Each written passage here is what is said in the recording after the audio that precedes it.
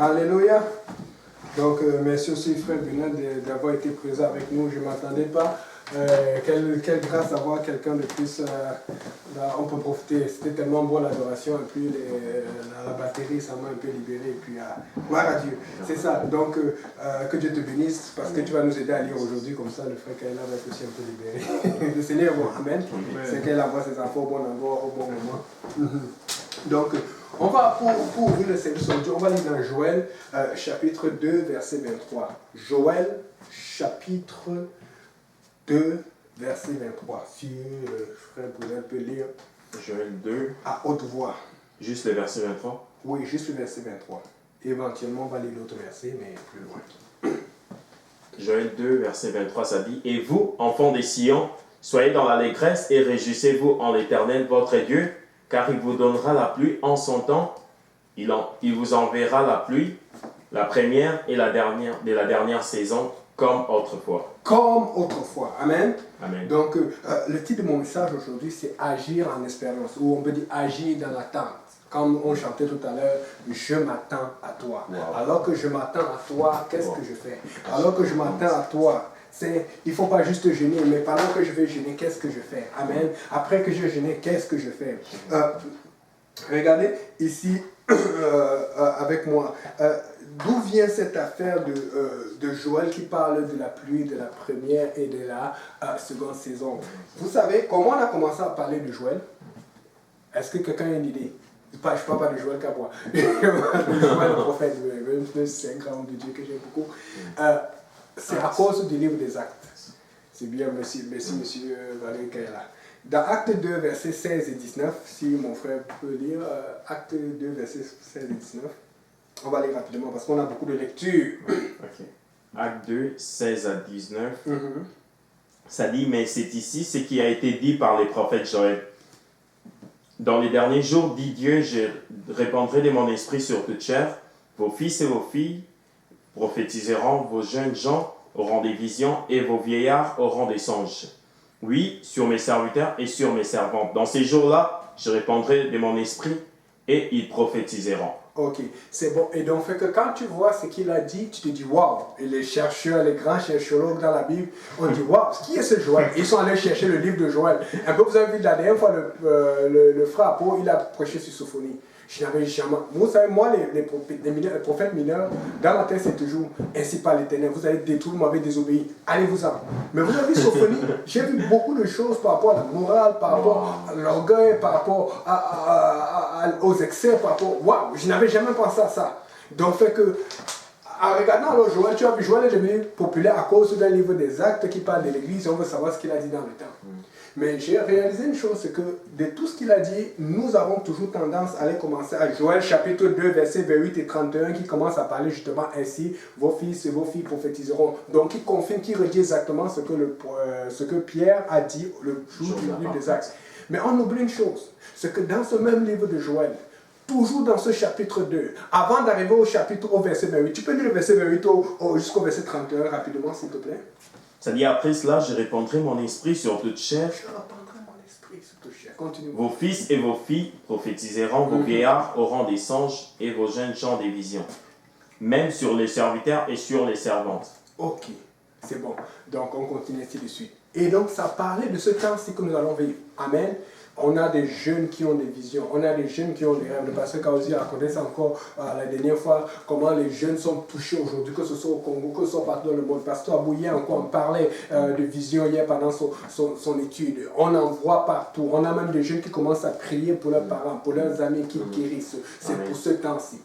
Mais dans ce même chapitre, alors que tu repars un peu plus en arrière, que tu descends et que tu lis le verset 23 que nous avons lu au départ à l'ouverture de ce service, tu vois que avant d'improviser, avant d'arriver au point de vous aurez des visions, il a parlé de la pluie de la première et de l'arrière-saison. Et pour ceux qui ont déjà étudié cela, on savait que dans le temps d'Israël, il y avait 2 temps de pluie. La pluie de la première au départ, mais on sait que la pluie de l'arrière-saison était toujours beaucoup plus abondante que la pluie de la grande saison. Amen. Donc, moi j'estime que nous avons déjà eu la pluie de la première saison. c'est ce mini réveil que je pourrais dire que nous avons eu. Autant là où les gens commençaient à venir en masse, Pasteur Beau, le frère Chine-moi, tout cela. C'est toute la gang, les premiers arrivés là. Et puis c'est ça qui a boosté. Et puis après, vous allez voir, je vais partager vite tout à l'heure, on va voir un peu comment ça s'est passé. Et donc, ayant eu ce boost là, on était comme waouh. Mais après un moment, on a eu un moment de stabilité. C'est comme, mais Dieu faisait quelque chose pendant ce moment. Mais tout ce temps où nous avons passé de la première saison jusqu'à ce moment-ci, je sais que nous avons eu des baptêmes, je sais qu'il y a eu des gens qui sont venus, mais nous n'avons pas eu des gens qui sont venus en masse, comme dans la période, je dirais, entre 2011 et 2014, fin 2015. On a eu tellement, c'est-à-dire que la structure même de l'église, c'est à ce moment qu'elle est venue. C'est à ce moment qu'il y a eu les futurs pasteurs Lionel, les futurs pasteurs Abou, les futurs... C'est dans ce moment que la graine de la graine et la semence est née. Je pense que même le frère Pierre, c'était toujours autour de 2014, ce panier d'avant ça.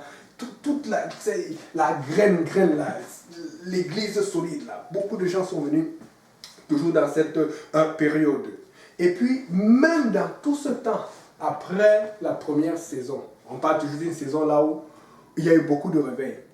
Et nous attendons la deuxième saison parce que nous sentons qu'elle arrive, mais nous ne la voyons pas encore. Mais nous savons qu'elle va arriver. Amen. Amen. Mais il faut qu'on soit prêt alors qu'elle arrive, qu'elle ne nous prenne pas comme celui qui avait dit qu'il n'y aurait pas eu de nourriture, que même s'il allait pleuvoir du ciel, et finalement, on est venu, on l'a écrasé. Vous vous rappelez l'histoire. Si vous voulez savoir, testez-moi, vous écrivez, vous envoyez le verset. On n'a pas le temps de venir là-dessus. Mais il y a une chose que j'ai remarqué, surtout par rapport à moi, c'est que pendant ce temps, plus ou moins qu'on pourrait dire temps mort, il y a eu beaucoup de préparation. Même si on faisait des baptêmes, même si on se préparait beaucoup, il y a eu beaucoup de résistance au vent contraire.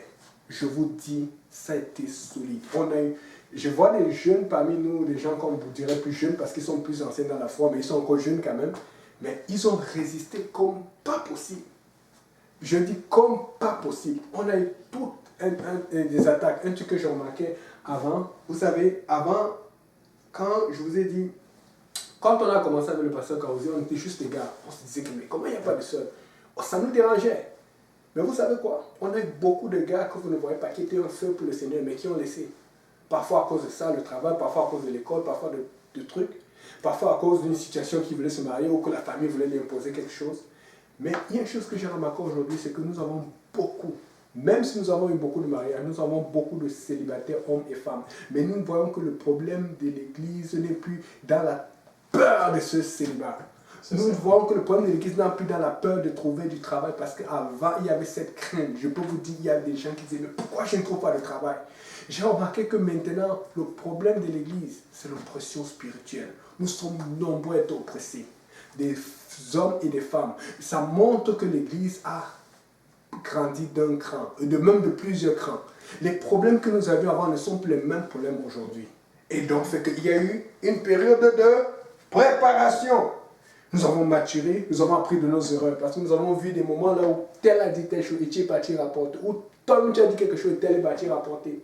On a appris que des fois là, il y a des choses que quand tu entends les souvent, tu vas d'abord prier. Et puis quand Dieu dit reste tranquille, tu restes tranquille, et puis après la chose se règle par elle-même ou Dieu règle. On a appris, si on ne se rend pas compte, mais l'Église est très mature aujourd'hui. L'Église est très mature, mais il faut que cette maturité serve à quelque chose. Il y a trop de choses qu'on prend pour acquis, mais il y a des choses qu'on ne fait pas parce qu'il ne faut pas le faire au bon moment. Il y a des choses qu'on fait parce qu'il faut le faire au bon moment. Mais nous avons appris ça avec l'expérience. Alors qu'il y avait un petit trou, alors qu'il y avait moins d'âme, alors qu'on se disait qu'est-ce qu'on fait Seigneur, quelle est la direction? Mais Dieu nous a gardés en prière, Dieu nous a gardés dans le jeûne, Dieu nous a gardés dans l'unité. Et donc, dans toutes ces choses, je me sens aussi dans le même temps comme si j'ai emprunté le temps de Dieu, j'ai emprunté l'argent à Dieu. Je ne sais pas si quelqu'un se ressent comme ça, mais s'il se ressent comme ça, c'est que peut-être on est en train d'attendre une parole claire de Dieu. Ou j'ai emprunté, j'ai économisé de la part de Dieu. Dieu m'a dit, voilà, je te donne, mais bientôt tu vas investir. Et je sens que le temps de l'arrière-saison que d'arriver là où nous allons lancer cet investissement, jeter nos filets, jeter nos graines. Amen. Et donc, souvent même, je suis comme, Seigneur, regarde les miatas, comment on va faire? Moi aussi j'ai besoin de prier pour que Dieu m'encourage. Moi aussi j'ai besoin de prier pour que Dieu me rappelle que non, c'est moi qui t'ai dit cela. voici ce que je te donne comme direction, voici ce que tu vas faire. Et même pour me motiver, il y a un verset qu'il va souvent m'apporter pour me rappeler que c'est lui qui est au contrôle. Que des fois, on ne doit pas regarder avec nos yeux, nous devons faire confiance au Seigneur. Avec le cœur, nous devons être connectés à son esprit. Lisons 2 Rois, chapitre 6, à partir du verset 8 jusqu'à 20. Ça, je vais le lire rapidement.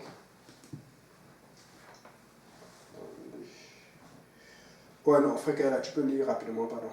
Ça va m'aider. Verset 2 Rois, chapitre 6, verset 8 à 20.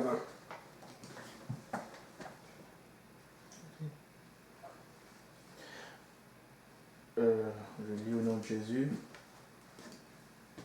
Le roi de Syrie était en guerre avec Israël, et dans un conseil qu'il tint avec ses serviteurs, il dit, « Mon camp sera dans tel lieu. » Mais l'homme de Dieu fit dire au roi d'Israël, « Garde-toi de passer ces lieux, car les Syriens y descendent. » Et le roi d'Israël envoya des gens pour s'y tenir en observation vers le lieu que lui avait mentionné et signalé l'homme de Dieu. Cela arriva non pas une fois, ni 2 fois. Le roi de Syrie en eut le cœur agité. Il appela ses serviteurs et leur dit, « Ne voulez-vous pas me déclarer lequel de nous est pour le roi d'Israël ?» Ok, c'est bon. Le roi de Syrie dit que, mais c'est quoi? Qui est en train de nous trahir? Mais comment je fais mes plans à tout le monde? Et c'est comme ça que le diable se sent. Il va attaquer ta famille dans la nuit. Il va attaquer tes frères, tes soeurs. Il va attaquer quelqu'un. Il va attaquer ton voisin. Quelqu'un pour qui tu es en train de prier. Quelqu'un qui est en train d'évangéliser. Et puis la nuit, Dieu te parle dans un rêve. Ou peut-être même pas la Bible. Et puis après, tu vois, tu anticipes. Et l'ennemi est comme, ah, c'est quoi cette affaire? C'est quoi cette affaire? Et donc, il continue. Le roi de Syrie a dit, ne voulez-vous pas me déclarer c'est qui le traître ici, là, qu'on règle avec lui? Et puis, l'un de ses serviteurs répondit, personne au roi, mon Seigneur. Mais Élisée, il y a des gens qui le connaissaient. Il y a des gens qui te connaissent. Je vous dis, je le dis toujours, nous avons 3 groupes de personnes dans ce monde maintenant. Nous avons les chrétiens, les vrais chrétiens, ceux qui connaissent vraiment Jésus et qui sont sauvés. Nous avons les gens qui refusent, qui connaissent Dieu, mais qui l'ont régné, qui sont déjà en enfer. Ils ont fait un pacte avec Satan. Et le 3e groupe, c'est les gens qui ne savent pas, qui sont au milieu. Et ils sont nombreux. Et chaque groupe est en train de tirer un de l'autre. Nous savons à qui nous appartenons. Nous savons que nous allons au ciel. Amen. Mais eux, je vous dis, ils sont nombreux. Ils savent que ils vont en enfer. Mais ils sont en train de tirer. C'est pour ça que ceux qui sont au milieu, ils se font tirer par le genre de musique, par le genre de sortie, par tout. Ils vont pas, les guides ne vont pas, d'autres ne vont pas du tout. Mais d'autres sont pris par des religions, par des sectes, par des divertus. Mais il y a des gens qui savent. Nous savons à qui nous appartenons. Nous savons avec qui nous avons fait une alliance qui nous protège, qui nous bénit. Amen. Amen. Et donc maintenant, là, le roi de Syrie qui dit que, mais ça c'est quoi ça? Lui ne comprend pas. Mais il y a des gens qui comprenaient. Parce que vous savez, dans tous les royaumes, ces gens qui ne connaissaient pas Dieu, il y avait toujours des sorciers, il y avait des magiciens. Donc, fait que quand ils vont faire leurs sortilèges, quand ils vont faire leurs incantations, ils vont savoir que ça ne marche pas à cause de tel. Tu es dans ton quartier, tu es dans ton école, tu es même dans ton travail. Il y a quelqu'un qui sait que ces choses ne fonctionnent pas à cause de toi. Arrête de faire comme si tu es ignorant de cela. Il faut que tu réalises. Et Dieu t'utilise pour une raison. Tu ne vas pas rester dans le statu quo. Ça va aller plus vite. Et donc, il dit, ne voulez pas me déclarer. Et puis l'un des invités dit, le prophète, qui est en Israël, rapporte au roi les paroles que tu prononces dans ta chambre à coucher. J'aime la façon dont il a dit ça. Donc quand tu es dans ta chambre, il va dire, le prophète entend tout. Et le roi dit, allez, voyez où il est, et je vais le prendre. Considère que tu es dans cette situation, on veut te prendre. On vient lui dire, il est ici à Dothan. Il a envoyé des chevaux, des chats et une forte troupe qui arrivait de nuit et il enveloppait la ville. Le serviteur de l'homme de Dieu se leva de bon matin et sortit. Et voici une troupe entourait la ville avec des chevaux et des chars. Et le serviteur de l'homme de Dieu dit, ah mon Seigneur, c'est sûr qu'il avait déjà fait ses dernières prières. Voilà, on est fini. Moi je suis là, je suis l'homme si vraiment. Je savais que tôt ou tard ça allait chauffer. Je suis là, voilà, pasteur Kanzi, pasteur Serge, pasteur Abou, pasteur Ron, pasteur Vincent, tout. Voilà maintenant, regardez là où nous ont menés. Voilà, maintenant on est arrivé ici, là on a des problèmes d'immigration. On est arrivé ici, ils ont dit de mettre le Seigneur en premier, et puis on a toujours des situations. Là, je sais, peut-être en train de dire, il est en train de voir tous les problèmes, il voit l'armée, tout là, il dit que voilà, à quoi ça me sert, je finis. Bon, donc il est en train de donner ses paroles. Dans son cœur, il dit, montre-moi, n'est-ce pas, tu as dit que Dieu est fort. Et le prophète, lui, continue. Je suis de dire à quelqu'un que si Dieu t'a appelé, continue. N'arrête pas parce qu'il y a la distraction. Parce que la distraction, c'est pour t'empêcher de voir l'arrière-saison ou d'en profiter comme Dieu veut que tu en profites et que ta famille en profite. Et donc, il dit, il répondit, ne crains point. Ça, c'est le prophète qui répond. Car ceux qui sont avec nous sont plus grands nombre que ceux qui sont avec eux. Et l'homme de Dieu alors prie, il dit, bon, Seigneur, tu sais, parce que si je parle seulement, il ne va pas croire. Il faut que tu agisses. Je suis en train de dire à quelqu'un que peut-être on a déjà beaucoup parlé. Peut-être le pasteur a beaucoup parlé. Peut-être les hommes de Dieu dans vos vies ont beaucoup parlé. Mais le Seigneur est en train d'agir parce qu'il sait qu'il a besoin de faire cela pour que quelqu'un commence à croire. Mais avant qu'il n'agisse, ne lâche pas. Accroche-toi parce que tu vas être dans l'attente. Tu dois t'attendre à l'Éternel. Et donc, il est en train de dire ceci. Et l'Éternel ouvre ses yeux pour qu'il voit, Seigneur. Ouvre ses yeux. Parce que tu penses que tu vois. Non, on parle du regard spirituel. Et le regard spirituel, tu l'as seulement quand tu es connecté à Jésus. Et l'Éternel ouvrit les yeux du serviteur, qui vit la montagne pleine de chevaux et de chars de feu autour. Moi, déjà, si j'ai le Seigneur avec moi, ça me suffit. Mais Dieu va encore lui montrer que voilà, si je fais mon ami, comment il voit les chars de feu partout, tout, avec les cheveux de feu. Oh Seigneur, ça fait partie juste que je vais demander au ciel. Seigneur, est-ce que je peux voir ton armée? Comment? Est-ce que c'est avec ça qu'on va descendre quand on va être, après l'enlèvement, qu'on va descendre pour lutter contre la bataille de Gog et Magog? Oh! Ouais, à Magédon, parce que Gog et Magog, c'est le fait qu'ils descendent. Merci mon frère. Il y a quelqu'un qui lit sa Bible. C'est ça. Donc, est-ce que c'est comme ça? Je ne sais pas si ça avait des cheveux de feu. Est-ce que j'aurai un cheveu de feu? Je ne sais pas. Il y est monté sur des cheveux de feu. En tout cas. Nous, on va descendre avec quoi? Je ne sais pas. Et donc, voici alors le frère Élisée qui a prié pour qu'on ouvre les yeux de son serviteur. Et donc, la Bible dit que les Syriens descendirent vers Élisée et il adressa cette prière à l'Éternel. C'est-à-dire qu'il était tellement proche de Dieu que, juste même après avoir demandé qu'on puisse montrer à son serviteur que, en fait, Dieu est plus fort. Que nous sommes plus nombreux. Il prie encore, il dit à l'Éternel, daigne frapper d'aveuglement cette nation, et l'Éternel est frappé d'aveuglement selon la parole d'Élisée. Il y a une telle connexion avec Élisée et l'Éternel que quand Élisée prie, Dieu agit. Le pasteur a prêché sur la connexion ce dimanche. Quelle est ta connexion avec Dieu? Nous sommes dans ce temps-là où ta connexion avec Dieu sera en ta faveur, en faveur du réveil, en faveur des âmes à sauver. Quelle est ta connexion avec Dieu? Et donc, Élisée leur dit, c'est ici le chemin, donc on va passer cela. Mais j'ai envie de dire à quelqu'un que, en fait, toi tu vois les problèmes, tu vois les situations, tu es en train de compter, mais je vais te dire, celui qui est en nous est beaucoup plus fort, et au-delà plus fort que celui qui est dans ce monde. Nous sommes plus nombreux qu'eux, nous sommes plus forts qu'eux. Mais toi, en qui est-ce que tu crois? En qui est ta confiance? Est-ce que ta confiance est dans les soucis? Est-ce que ta confiance est dans l'évaluation physique et réelle de ce que tu vois? Ou c'est dans l'évaluation spirituelle de qui est Dieu, de qui est Jésus dans ta vie? Il faut que tu aies confiance en Dieu. Il faut que tu aies confiance en Jésus-Christ. Donc, maintenant que nous avons établi que nous sommes plus forts, maintenant que nous avons établi que nous sommes plus nombreux, maintenant que nous avons établi que nous sommes plus efficaces, nous sommes plus puissants, nous sommes plus dangereux. Maintenant, il y a une partie à la main. Il y a une partie qui m'interpelle beaucoup. Regarde ton voisin, tu dis, ne rate pas ce qui s'en vient. Il n'y a pas de voisin ici. Regarde ton voisin, dis, ne rate pas ce qui s'en vient. Si tu testes à quelqu'un, même si on est dans le temps de la technologie, testons alors. Si tu ne peux pas parler parce qu'on est séparés, tu es distancé, teste à quelqu'un, écris, ne rate pas ce qui s'en vient. Amen. Parce que si les gens sont en train de regarder de loin, et je peux te dire, même si tu es dans l'église aujourd'hui, tu regardes de loin, tu ne vas pas profiter de ce réveil. Parce que tu dois participer d'une certaine façon. Tu dois y mettre la patte.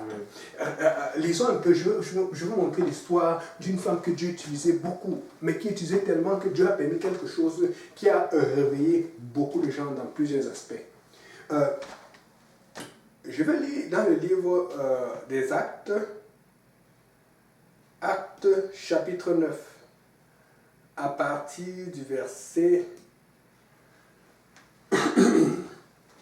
36. Je lis au nom de Jésus. Il y avait à Joppé, parmi les disciples, une femme nommée Tabitha, ce qui signifie Dorcas. Elle faisait beaucoup de bonnes œuvres et de monde. Elle tomba malade en ce temps et mourut. Après l'avoir lavée, on la déposa dans une chambre haute. Comme Lyde est près de Joppé, les disciples ayant appris que Pierre s'y trouvait, envoya vers eux 2 hommes vers lui pour le prier de venir chez eux sans tarder. Pierre se leva et partit avec ses hommes. Lorsqu'il fut arrivé, on le conduisit dans la chambre haute. Toutes les veuves l'entouraient en pleurant et lui montraient les tuniques et les vêtements que faisait Dorcas pendant qu'elle était avec elle. Mais moi j'ai beaucoup de questionnements. Si Dorcas était si utile, si elle faisait autant de bien, mais pourquoi Dieu l'a... D'habitude quand tu fais du bien ou tu fais quelque chose qui est bien, Dieu veut te garder, amen. Amen. Mais pourquoi dans ce cas, on voit quelqu'un que des frères et des sœurs, on parle des apostoliques parce qu'ils ont contacté Pierre, donc ils étaient liés aux apostoliques. Mais pourquoi Dieu a permis qu'elle s'en aille, elle, alors qu'elle faisait du bien? Oh! Et aussi autre chose. La Bible dit que quand Pierre est arrivé, on a les saints, mais il y a une dimension particulière que tu vois ici, que tu ne vois pas ailleurs dans la Bible, quand on parle de quelqu'un qui est mort et qui est ressuscité. La plupart des fois, regardez Lazare, regardez tout ce que soit Jésus ou Pierre ou Paul a ressuscité. Les premiers qui se réjouissaient lorsqu'on ressuscitait quelqu'un, c'était la famille directe. Ici, les premiers qui sont venus voir Pierre, lorsqu'ils ont été ressuscités, la Bible dit, on ne fait pas mention de la famille. Je n'ai pas dit qu'ils n'étaient pas là, mais on fait mention expresse des saints et des veuves. Là, ça m'a tué. Pourquoi les veuves viennent montrer des habits? Comment est-ce que les veuves viennent montrer? Ça veut dire qu'elles faisaient tellement de ministère que même les veuves, on parle des gens qui ont perdu leur mari, que le mari est mort ou qu'il y a une situation et elles sont seules. Et ces veuves trouvaient beaucoup, parce que tu sais, quand tu es veuve, tu as soit perdu ton mari et tu as toutes ces peines. Même si tu as oublié, même si après 2 ou 3 ans, c'est pas facile, tu te sens seul. Quand tu es veuve, que par exemple, parce que tu sors d'un divorce, d'une séparation et que dans l'église, vous savez qu'il y a des règles, tu ne peux pas juste... Amen. Amen. Elle avait un ministère tellement puissant. Un ministère tellement puissant qu'elle donnait beaucoup de joie aux veuves et au sein de l'église. Elle était très serviable. Amen. Amen. Mais, quand j'ai beaucoup regardé, je vous promets, j'ai étudié ça et j'ai prié. Quand je lis la Bible, rien, je vous dis, rien ne me montre un seul indice que Dorcas était veuve. Je suis sûr, on va aller au ciel, vous allez me rappeler ça que Yannick avait dit, je suis sûr que Dorcas était mariée. Je suis sûr et certain qu'elle était mariée. Elle était mariée, elle faisait ministère. À tel point que quand elle meurt, tout le monde dit, appelez Pierre. Ça veut dire qu'il y a des Dorcas dans l'église aujourd'hui. Il y a des Dorcas à Saint-Laurent, à l'Est. Il y a des Dorcas, des gens que si la personne part ou s'il y a un problème, tout le monde va appeler le pasteur, tout le monde va appeler frère tel ou tel pasteur, on dit pardon. Vous savez le genre d'appel qu'on a fait à Pierre. On a dit, Pierre, là où tu es là, si tu veux l'autorité sur nous, tu viens. Vous comprenez un peu là où on en est. Même Pierre sentait que ça chauffait. Parce qu'il y a des gens qu'on ne voulait pas perdre. Et une personne qu'on ne voulait pas perdre en ce moment, c'est Dorcas. Alors si on ne voulait pas la perdre, pourquoi Dieu a permis cela? Est-ce que c'est parce qu'elle faisait tellement que même sa famille ne la voyait pas, au point même qu'on ne voit pas mentionner sa famille? Est-ce qu'elle faisait tellement que ceux même qui devaient faire étaient en train de profiter du ministère qu'eux, ils auraient dû faire? Oh, la pluie de la saison s'en vient. Dorcas ne va pas s'occuper de tout. Et donc, et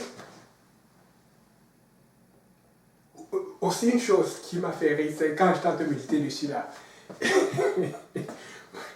Quand Dieu m'a dit, il ne m'a pas dit ça comme ça, mais moi c'est comme ça que j'ai compris.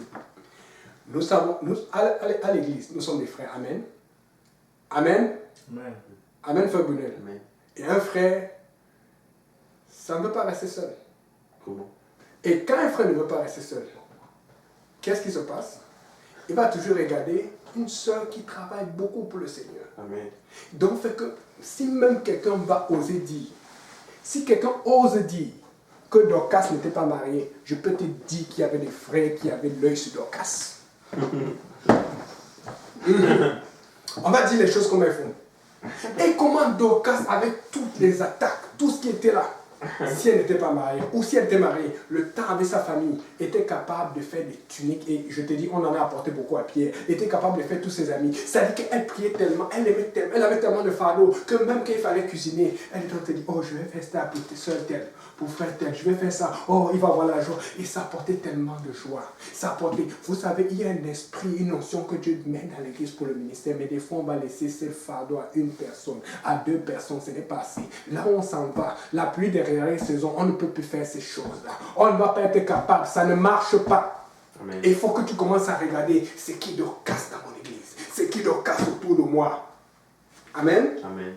Et donc, dans l'attente, il y a quelque chose qu'il faut faire. Est-ce que quelqu'un peut lire Acte 9, versets 40 et 42? C'est la suite. Pierre fit sortir tout le monde, s'est mis à genoux et pria. Puis se tournant vers le corps, il dit, « Tabitha, lève-toi. » Elle ouvrit les yeux, et ayant vu Pierre, elle s'assit. Maintenant, continue. Il lui donna la main et la fit lever.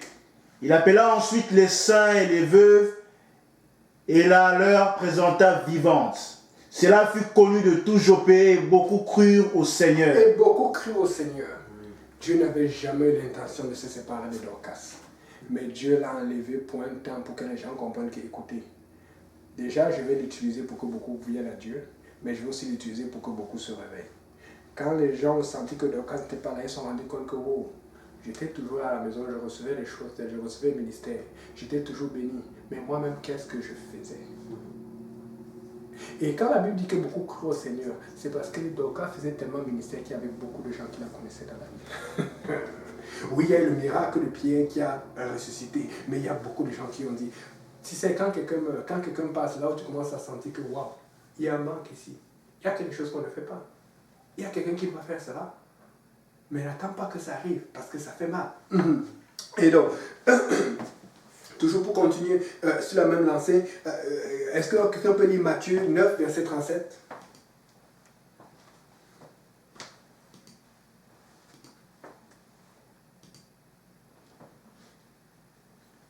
Alors il dit à ses disciples, la moisson est grande, mais il y a peu d'ouvriers. J'ai envie de dire à quelqu'un, l'arrière-saison est grande, mais il y a peu d'ouvriers. L'arrière-saison est grande. Amen. Amen. Jean 4, verset 35.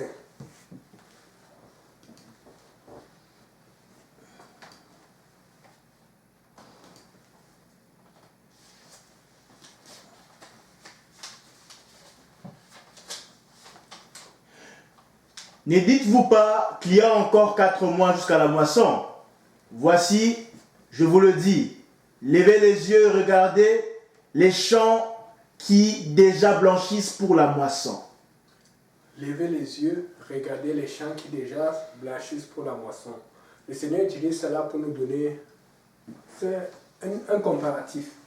D'habitude, quand je dis ça parce qu'au Cameroun, nous avions un champ. Et quand tu savais que la récolte est bientôt, tu commences à avoir des petites gousses. Mais quand tu vois des gousses, et souvent quand tu vois un petit d'arachide là, tu vas voir c'est un peu trop tendre et c'est pas assez sucré. Tu sais qu'il faut attendre environ 2 mois ou 3 mois. Parfois, ça dépend de la qualité. Il y a une façon d'évaluer. Amen. Amen. Et Dieu est en train de dire, quand tu vois des nuages, quand tu vois certains signes, tu sais qu'il y a quelque chose qui va se passer. Est-ce que ce que vous voyez en ce moment, est-ce qu'on a besoin de vous décrire que quelque chose est en train de se passer? Est-ce qu'on a besoin, avec tous les baptêmes qui se font, avec toute la situation même de Covid qui arrive, avec tout ce qui se passe dans le monde, avec l'actualité qui est aussi vive plus que jamais, avec tout, je dis tout, on n'a pas besoin de citer, est-ce qu'on ne sent pas que quelque chose arrive? Et comment tu fais pour te préparer, pour t'attendre à ça, alors que tu dis, je m'attends à toi? Comment tu fais? Et non.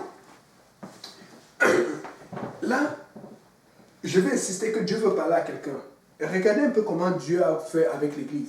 Dieu n'a pas commencé comme nous commençons. Nous, quand on va à l'Église, on va dire, fais-toi baptiser au nom de Jésus-Christ et on va prier pour toi et tu vas recevoir le don du Saint-Esprit. Mais dans Acte 2, verset 4, la Bible dit que et ils furent tous remplis du Saint-Esprit et se mit à parler d'autres langues selon que Dieu leur donnait selon que l'Esprit leur donnait de s'exprimer. C'est plus tard dans Acte 2, 38 qu'ils se font baptiser au nom de Jésus-Christ. Amen. Dieu a commencé d'abord parce que Dieu veut te parler. Mais souvent, on est tellement endurci, on ne comprend tellement pas que Dieu va commencer d'abord par dire, bon, ok, allez les faire baptiser, parce que dans le fond, le baptême, ça c'est l'Église qui le fait. Parce que Dieu travaille avec l'Église. Dieu c'est l'époux, l'Église c'est l'épouse. Mais le Saint-Esprit, ça c'est Dieu qui le fait.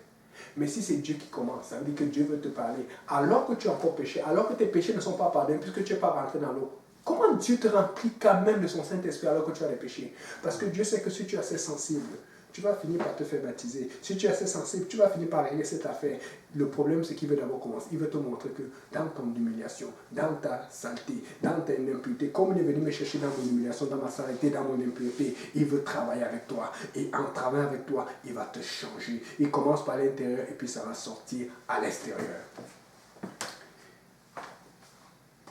Et dans Acte 10, verset 44, la Bible dit que tous ceux qui entendirent ce qu'il disait furent remplis du Saint-Esprit. Et plus tard, on voyait que les Juifs étaient surpris qu'ils étaient remplis du Saint-Esprit parce qu'ils les entendaient parler en langue et prophétiser. Et c'est plus tard que Pierre dit encore que peut-on refuser les eaux du baptême à ceux qui ont reçu le Saint-Esprit aussi bien que nous? Parce que Dieu a commencé par son Esprit. Amen. Dieu veut commencer par son Esprit avec l'Église aussi aujourd'hui.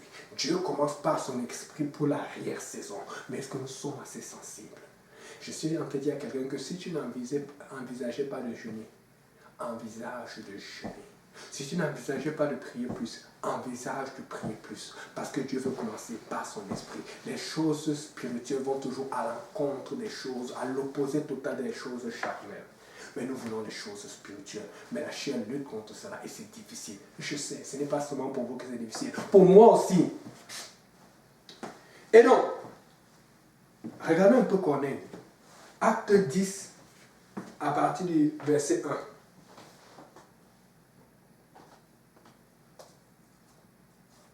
Je vais lire rapidement parce que je vais un peu le sauter.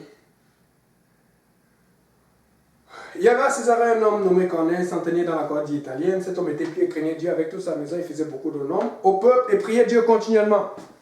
Il avait une vision et puis après, Pierre aussi a vu une vision. Et Dieu dit, envoie à Joppé, va chercher un certain surnommé Pierre.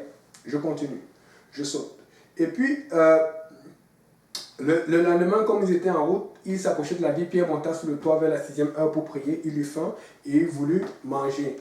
Et pendant qu'on ne peut pas manger, il tombe en extase. Et puis Dieu lui donne une vision. Et puis après, Dieu lui dit, descends, va chercher, va voir les gens qui sont venus te voir. Donc il est en train de faire référence aux gens qui ont été envoyés par Corneille. Dieu est en train de travailler d'un côté avec Corneille.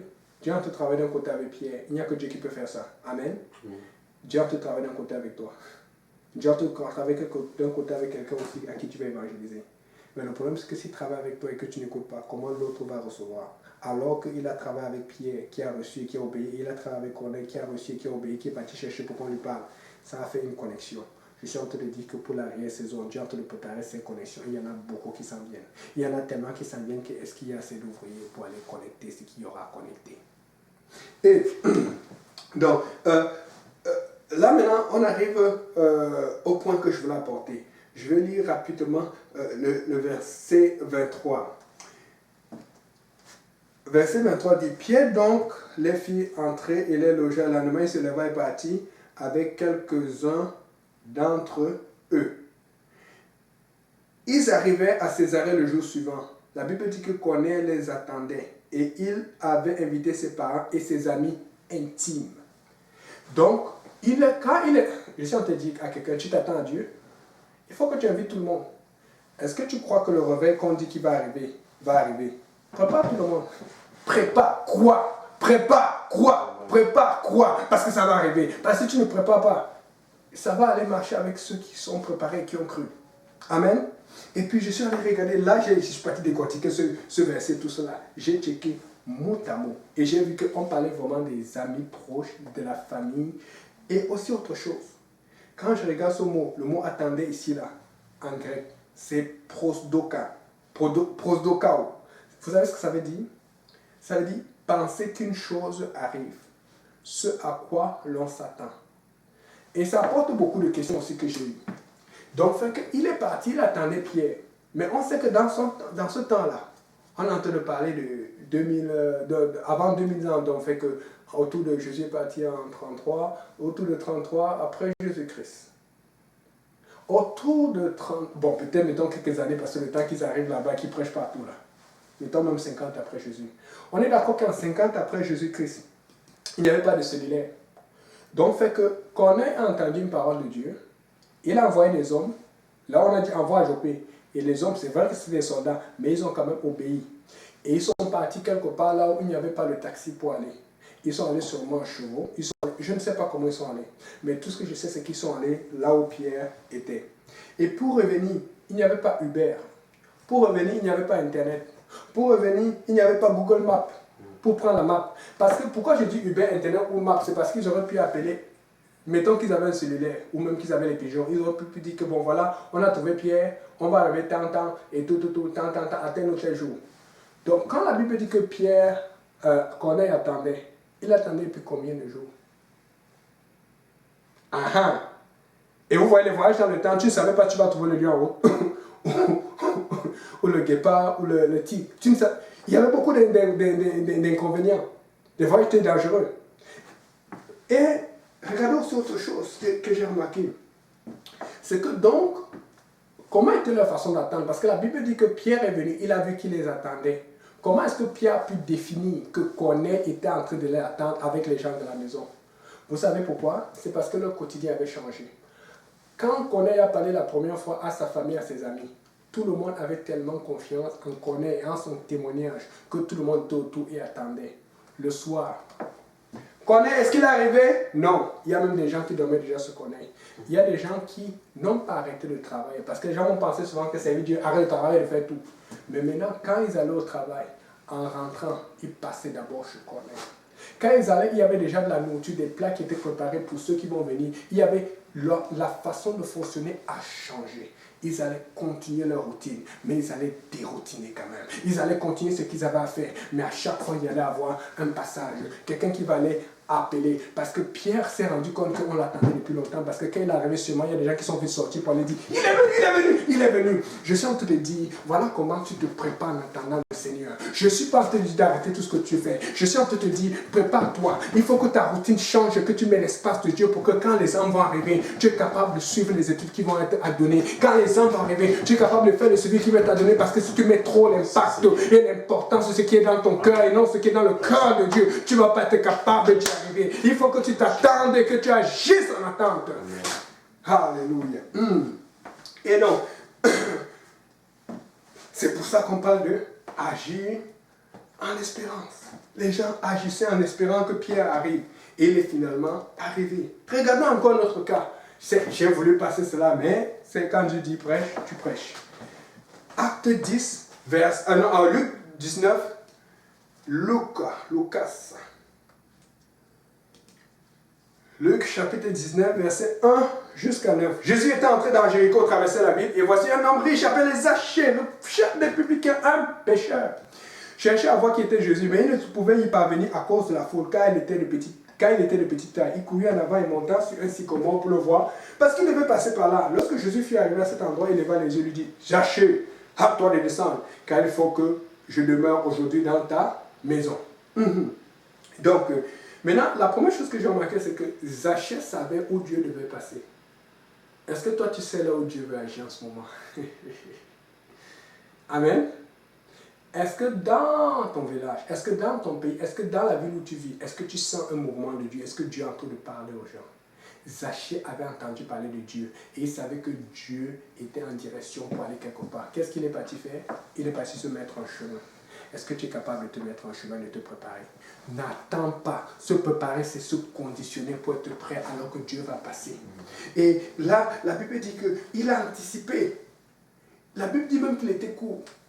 Et quand il était court, il savait où Dieu devait passer. Il a dit, bon, si je vais là-bas, alors que les gens sont là, il va falloir que je tape la foule pour pouvoir monter. Il est parti avant que Dieu n'arrive. Et il est monté et il a attendu pour dire, Dieu va passer. Quand je parle de taille de Zachée, c'est pour parler d'handicap. Tu peux dire que tu as un handicap aujourd'hui, que ce soit un handicap physique, que ce soit un handicap quelconque, que ce soit par la parole, que ce soit par l'attitude, quel que soit l'handicap que tu as, si tu anticipes, si tu te prépares, Dieu va passer. Il faut que tu t'attendes à lui. C'est pour ça que je lui ai dit, je m'attends à toi, Seigneur Jésus. Et il avait beaucoup de motivation, parce que sa motivation venait du fait qu'il avait entendu beaucoup parler de Jésus. On a lu ça beaucoup. Tu as beaucoup entendu parler de Jésus. Tu as beaucoup entendu parler du réveil. Toi, qu'est-ce que tu fais? Et, regardez, je vais partager rapidement la vidéo. Hein? On va voir certaines choses que nous avons vécues et que nous avons fait pendant notre réveil, mais qui vont être similaires, mais qui ne vont pas vraiment être similaires, pour une certaine raison. Vous allez voir, désolé, je fais ça assez rapidement. Et là, je peux ouvrir ici. Je vais fermer. Là, je vais mettre ça. Ils vont être entamés. Je regarde partout. Ah, waouh, quelle belle voiture. Je la veux, je la veux, je la veux. Quelle belle maison. Waouh. Hein? On ne peut pas tout de suite. Quelle belle voiture. Waouh, Est-ce qu'on va aller dans ces détails? On va aller dans ces détails. comme ça, waouh. C'est bon d'apprécier quelque chose, mais ce n'est pas bon de convoiter une chose. Mais la convoitise commence toujours avec une appréciation excessive. Si tu n'as pas dit waouh, quelle belle voiture, tu ne vas jamais la convoiter. Si on dit waouh, il faut savoir mettre la voix. Et après, on va aller dans le détail. Mais non,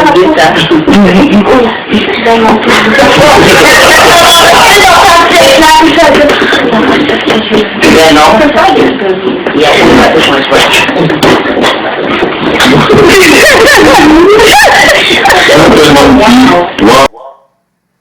Ok, une autre vidéo. Attends, je vais mettre ça comme ça.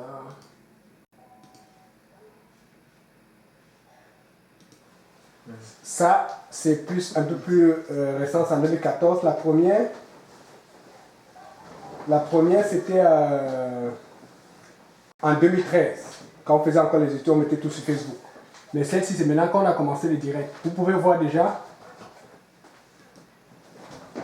Le son n'est même pas bon. Je vais essayer de augmenter le maximum.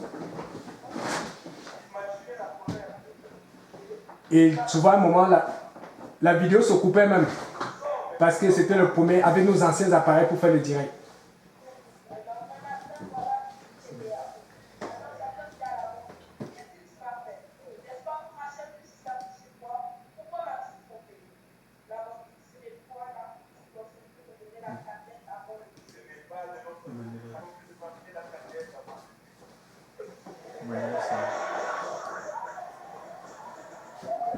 Vous voyez, quand on riait, même le rire ne donnait pas bien sur Facebook. Qu'est-ce que c'est?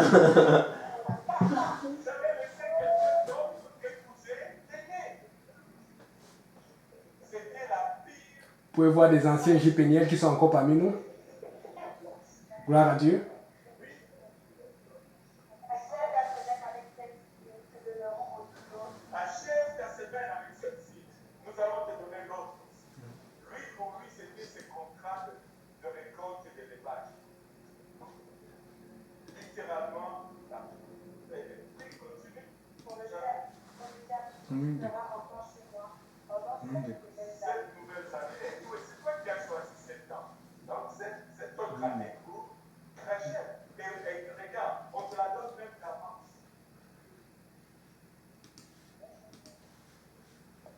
Donc, vous avez vu comment c'était animé.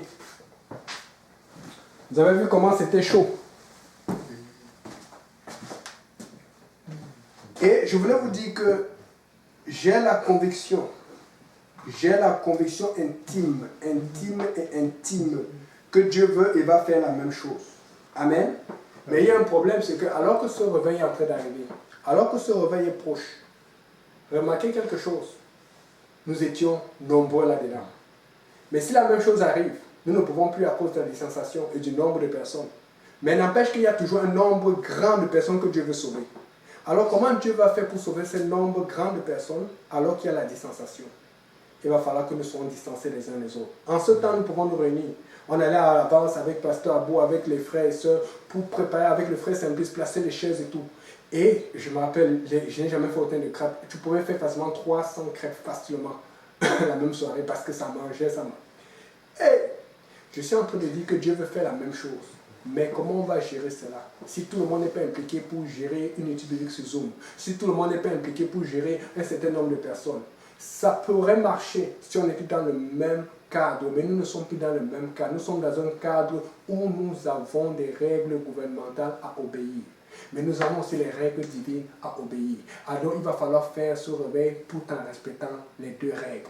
Mais si on respecte trop une règle contre la règle de Dieu, si on est trop contraint, parce qu'on s'attend trop à ce que ça se passe comme ça s'est passé avant, nous allons être perdants. Nous devons nous préparer pour ce réveil. N'attends pas nécessairement qu'il y ait un déconfinement total pour gagner les âmes. Ce réveil peut se faire alors que nous sommes en plein confinement. Ce réveil peut se faire, tout le monde peut se réveiller sur lui alors que tu es en train de prier, alors que tu es en train d'agir. N'attends pas qu'on puisse se réunir avec toutes ces chaises, parce que moi-même j'aime ça, nous-mêmes nous aimons ça, mais ce n'est pas ça qui va nécessairement conditionner le réveil de Dieu. Ce qui va conditionner le réveil de Dieu, c'est: est-ce que tu es en train de t'attendre? À quoi est-ce que tu t'attends? À quoi est-ce que tu t'attends? À quoi est-ce que tu t'attends? Alléluia, Seigneur Jésus. Oh Seigneur, peut-être Dieu a permis cela. Vous savez, quand je méditais, j'ai l'impression que peut-être Dieu a permis même ce Covid, pas seulement par le fait qu'on sait que beaucoup de gens sont venus à la foi à cause de ça, beaucoup de gens ont changé et beaucoup de gens ont été alertés, mais peut-être Dieu a permis ce Covid pour que nous soyons obligés de vraiment diviser les tâches. Pour que quand le réveil arrive, on ne voit pas toujours les mêmes personnes qui sont super occupées et qu'on n'arrive pas dans les cas comme Dorcas, là où Dieu va peut-être les enlever temporairement ou même définitivement pour que les gens se réveillent. C'est ça qu'il y a eu au départ de l'Église. Il y a eu beaucoup de martyrs comme Étienne et tout. Tu ne veux pas que Dieu fasse des martyrs pour que tu commences à te réveiller. Réveille-toi. Et je vais finir avec cela. Vous savez, je me demande pourquoi je n'ai jamais eu cette question. Parce que j'ai vu, on a posé à des gens et moi on m'a posé ça indirectement d'une autre façon. Mais le Seigneur m'a dit d'en parler. Donc quand Dieu te dit d'en parler, tu parles. Pourquoi je suis devenu pasteur?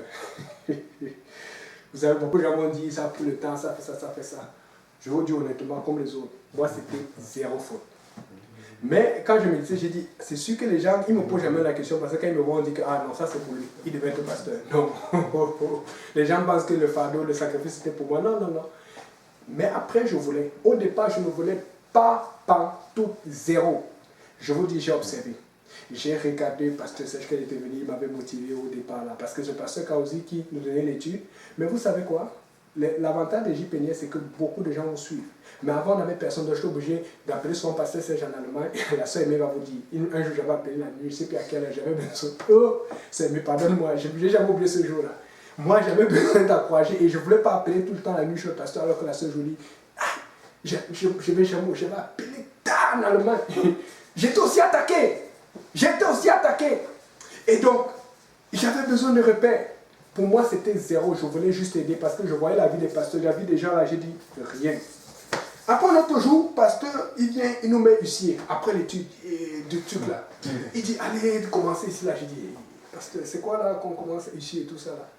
Moi, je m'ai servi, mais bon, les responsabilités et tout ça là, moi j'avais peur, ça me faisait peur. On a commencé, et puis il dit non, j'ai confiance en vous. Et tu savais qu'il y avait des choses, et puis, il comptait sur nous. On a commencé comme cela. Là, il dit non, allez, Dieu m'a dirigé. Je ne savais pas où Dieu nous a mis. Je ne suis jamais allé voir le pasteur pour dire que je vais être ici. Amen. Mais je m'empêche d'aller voir le pasteur pour dire que je vais être pasteur. Mais je vais vous montrer comment ça arrivé. Et puis après, je me rappelle, on faisait beaucoup d'études. Comme l'étude que vous avez vue là. Mais il y avait un problème, c'est qu'on n'arrivait pas à atteindre tout le monde. On devait aller chercher, et le pasteur vous dit, frère vous dit, frère Achille, tout le monde, on allait chercher les gens loin, pasteur Lionel, après le travail. Quand on finissait le travail, des fois, il faut qu'un jour il demande, parce que on peut s'asseoir, on vous raconte là. Ce n'est même pas qu'on entend. Dès qu'on fait ça, on s'appelait, on voulait savoir là où l'autre était, pour savoir bon, comment on fait, qui va prendre. Il n'y avait même pas que tu calcules que l'autre prend, l'autre a trop pris. On se compense, c'était comme automatique. Et donc, ce qui est arrivé, c'est que... alors, il y avait une amie de mon premier travail, qui était une fille du Nigeria, qui était prête pour l'étude et tout, et qui était à venir à l'église. Mais moi, je ne devais pas encore l'étude en ce moment. Et puis là, je suis allé voir le pasteur. Je dis, pasteur, je sais qu'on fait déjà ça et tout. Ah, j'ai supplié le pasteur. On est parti faire l'étude et tout, il a aidé et tout. Mais maintenant, pour faire le suivi, je n'étais pas encore bon là-dedans. Et j'ai commencé à voir comment ça devenait compliqué. J'ai commencé à voir comment il souffrait. Et puis après, comme le pasteur Serge n'était pas là, moi, je n'avais pas vraiment de référence. Et la seule personne que j'ai regardé beaucoup, qui m'a beaucoup aidé, c'était le pasteur Luc. Vous ne savez pas. Pasteur Luc. Oh Seigneur. Vous voyez comme ça là, vous ne savez pas. Et il est toujours en feu. S'il y avait quelqu'un qui utilisait la voiture, parce qu'avant on ne savait pas encore, nous on faisait ça juste pour l'étude, mais pour l'église on ne faisait rien. J'ai vu Pasteur Luc avec la voiture, cadenassé, accident, attaque, tout, j'ai tout vu. Et moi, ce qui m'a tué là-dedans, ce qui m'a tué quand j'ai regardé Pasteur Luc, c'est que quand je le voyais, il y avait ses enfants, il y avait déjà commencé à Dada ici, c'était encore très petite comme ça. Et il avait sa femme, ça est venu, j'étais dépassé. C'est vrai que quand j'y pense, moi-même à ce moment, j'étais encore marié quand je le voyais. Peut-être même c'est ça. Ah, bon, non. Ça, c'est. mais je vous dis, j'étais dépassé. Je dis, mais comment il faisait? Mais on a besoin de références. Tu peux être une référence pour quelqu'un. Tu dois montrer l'exemple à quelqu'un. Donc, avec tout cela, je voyais alors aussi ce qui se faisait ailleurs. Je regarde là-bas aux États-Unis. Je regarde les gens ont dit tel là-dessus. Je regarde les grands prédicateurs. Tel reçoit le Saint-Esprit. Les villes entières ont été évangélisées. Les gens. Je dis, waouh, c'est bon, le passant, on a les âmes. Mais je trouvais que c'était pas assez vite. Je trouvais que c'était pas assez rapide. Je trouvais que c'était pas assez efficace parce que c'était... Et c'est là où le Seigneur a commencé à me montrer que, ah, est-ce que tu n'as pas vu que c'est le pasteur Kaouzi qui donne toutes les études, que c'était le pasteur qui fait ça? J'ai dit, hé, c'est vrai. Et puis j'ai commencé à voir le fardeau avec cela. Et je regardais les injustices. Je regardais les meurtres à la télé. Je regardais les familles. Je regardais les gens qui étaient payés par la pornographie, l'homosexualité, l'iniquité, la vanité, le suicide, les gens mourir. Et plus ces choses que je regardais à la télé ou partout qui étaient normales, ça commençait à devenir, wow, c'est quoi ça? Et de plus en plus, je m'appelle un jour, je ne sais plus, quand je luttais avec le temps de prier, et puis j'ai prié, et j'arrive, je parle à un jeune qui venait d'arriver, le frère Saint-Pierre doit le connaître, un jeune qui était très moché là, qui est venu jouer au soccer avec nous. Et je ne sais pas, j'ai à peine parlé, mais ce jour-là, je n'avais pas étudié la Bible, mais j'avais prié. J'ai parlé 2 ou 3 fois, il s'est mis à pleurer, j'ai dit, hey, c'était la première fois que ça m'a fait peur. J'ai dit, c'est quoi ça? Il s'est mis à pleurer, pleurer. Et puis après, je continue. Et puis je sentais, je vois aussi comment les choses, dans l'église, tu vas toujours voir des choses qui ne te plaisent pas. Mais quand tu regardes ça, ce n'est pas pour juger. Dieu te montre ça pour que tu prennes le flambeau, que tu aides et que tu changes les choses. Et à un moment, c'était devenu, vous savez, quand ma décision était prise, même c'est le pasteur qui m'a ralenti pour dire non, soit un peu ça. Il a bien fait parce que j'allais faire trop d'erreurs. Je vais vous faire venir là où je voulais venir. Écoutez. Parce que pour ceux qui me connaissent, surtout avant là, vous pensez que je suis désordonné maintenant? Vous ne me connaissez pas avant. J'ai donné des frissons au pasteur. J'ai donné des frissons au pasteur Serge. J'étais un désordonné. Si je te voyais faire quelque chose et que tu vas, je dis que tu vas aller en enfer.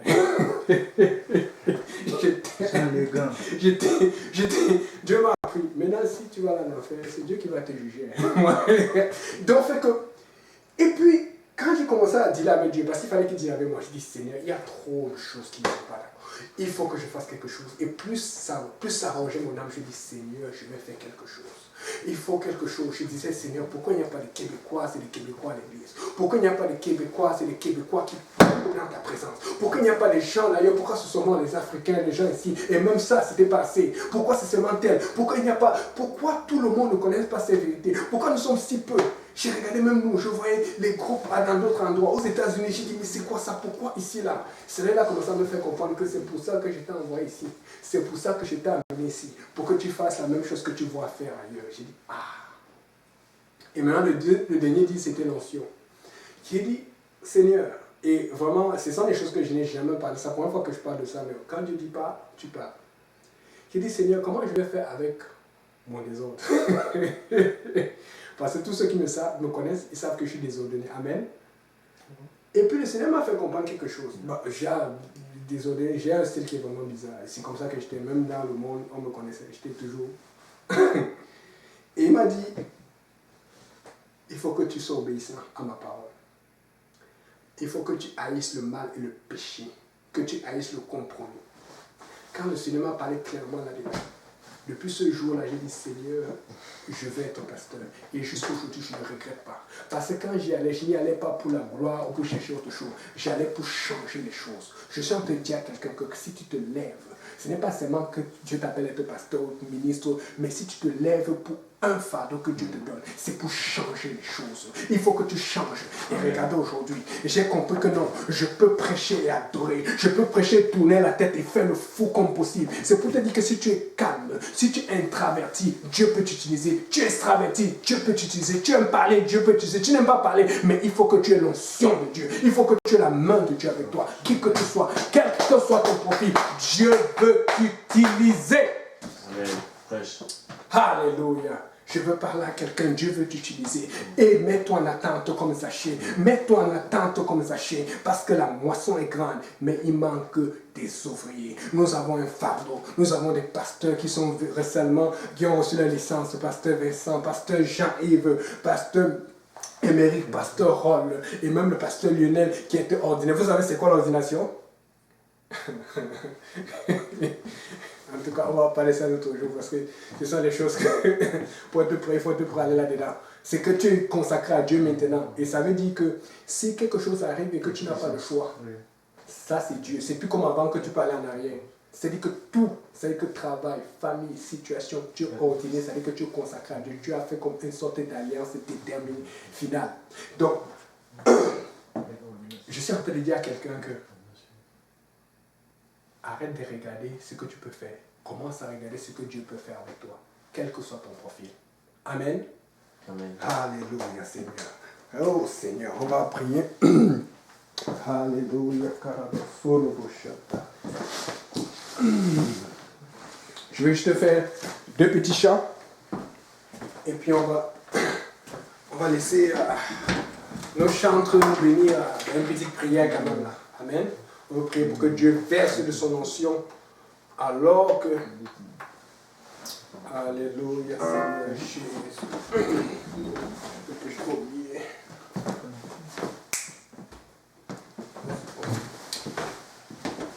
Ok. Alléluia.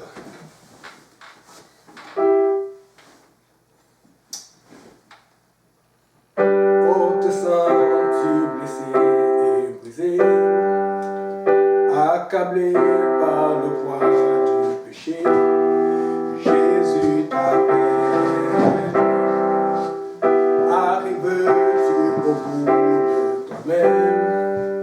Veux-tu goûter aux sources de vie? Jésus t'appelle.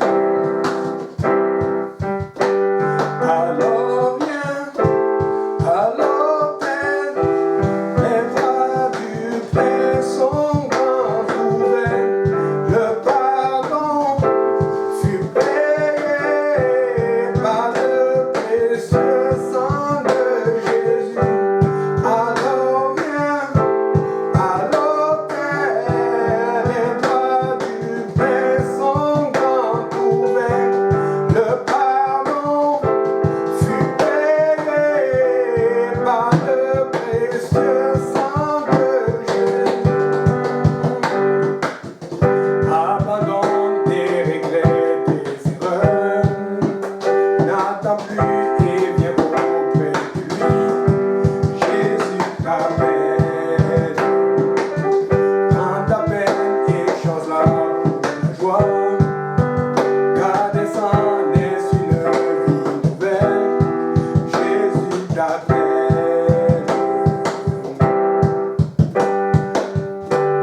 Alors viens, alors Père, les bras du Père sont grands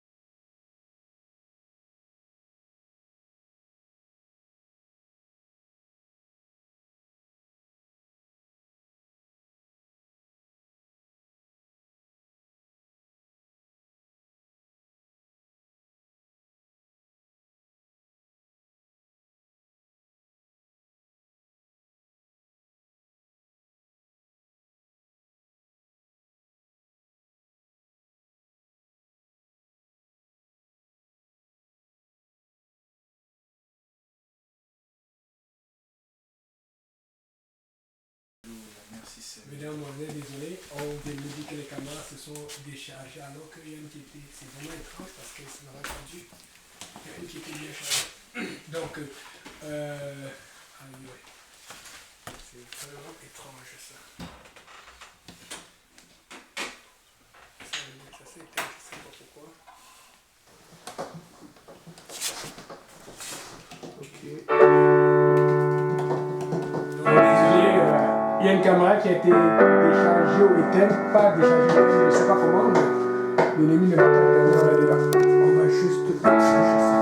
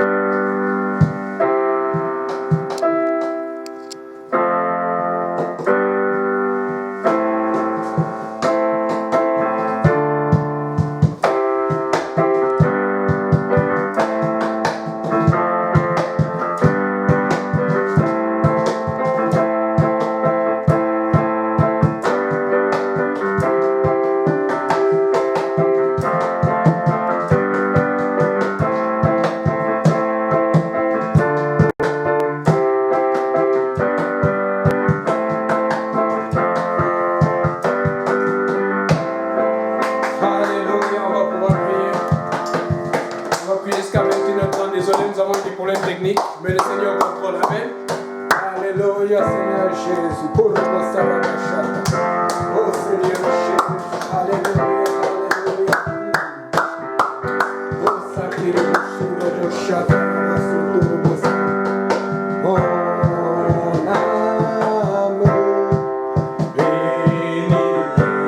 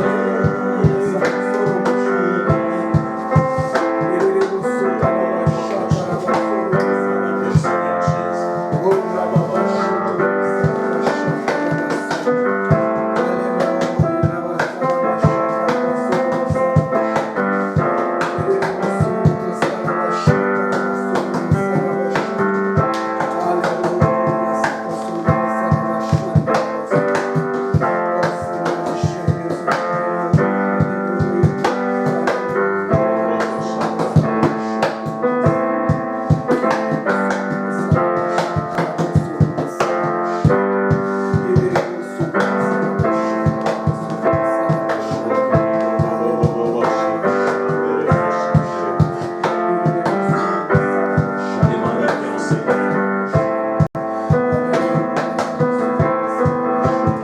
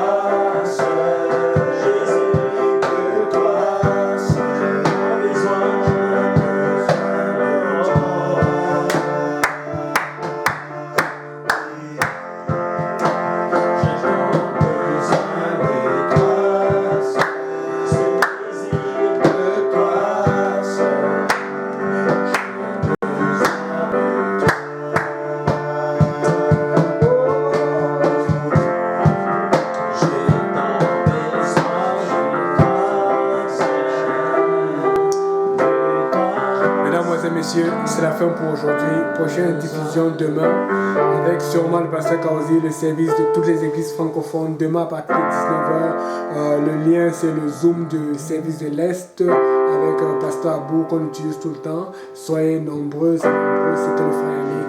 Priez, soyez dans l'attente du Seigneur parce que le Seigneur va passer. Mets-toi sur le chemin où Dieu va passer. Ne choisis pas ton chemin. Mets-toi là où Dieu va passer. Dieu va certainement passer. Que Dieu vous bénisse. Alléluia, Seigneur. Et désolé pour la déconnexion, nous avons eu un peu de temps.